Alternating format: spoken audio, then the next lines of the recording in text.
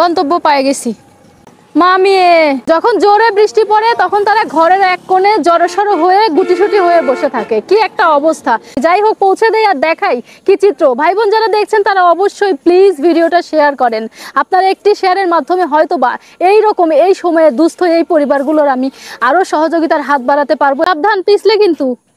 দেখেন দর্শক, বাড়িটা কোথায়, একদম রাস্তা, সরকারি রাস্তার পাশে এই জায়গাটা একজন ওদের দিয়েছে থাকতে, আর এই জায়গাতেই ও থাকে। কি ব্যাপার, এখানে বসে আছেন কেন? কি শুকাচ্ছেন?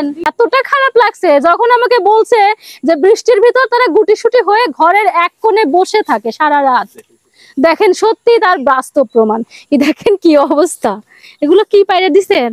দর্শক, আমি অনুরোধ করব ভিডিওটা বেশি বেশি শেয়ার করবেন ভাই। অত্যন্ত মানবিক, বিশ্বাস করেন, হৃদয়স্পর্শী। যদি মানুষ হয়ে থাকেন, যদি মানবতা থেকে থাকে, তাহলে অবশ্যই আপনার মন এদের জন্য কাঁদবে।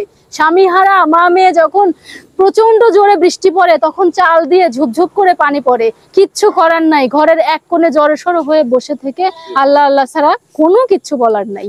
এই হচ্ছে পরিস্থিতি। বেশি বেশি ভিডিওটা শেয়ার করবেন। আপনাদের কাছে একটাই অনুরোধ, প্লিজ ভিডিওটা শেয়ার করেন, যাতে আপনার শেয়ারের মাধ্যমে আমরা এইরকম অসহায় দুস্থ মানুষের পাশে দাঁড়াতে পারি। দর্শক, সারাদিন না হয় মানুষের যে কোনো ভাবে কাটে, তাই না? কিন্তু রাত্রি হলে অবশ্যই একটা নিরাপদ আশ্রয়ের দরকার।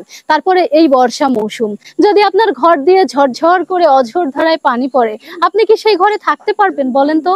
ভাই, আমি ঠিক এরকমই একটা পরিবারে আছি। এই যে আমার পাশে দাঁড়িয়ে থাকা মা মেয়েকে দেখতে পাচ্ছেন, দুজনই বিধবা। দুনিয়াতে তাদের আপনজন বলতে কেউ নাই। জানেন, সব থেকে দুঃখজনক বিষয়, তারা আমাকে আজ থেকে প্রায় 5 দিন ধরে ফোন দিচ্ছে যে আমাদের অবস্থাটা একটু দেখে যাও, আমাদের জন্য কিছু করো, আমরা ঘুমাতে পারছি না।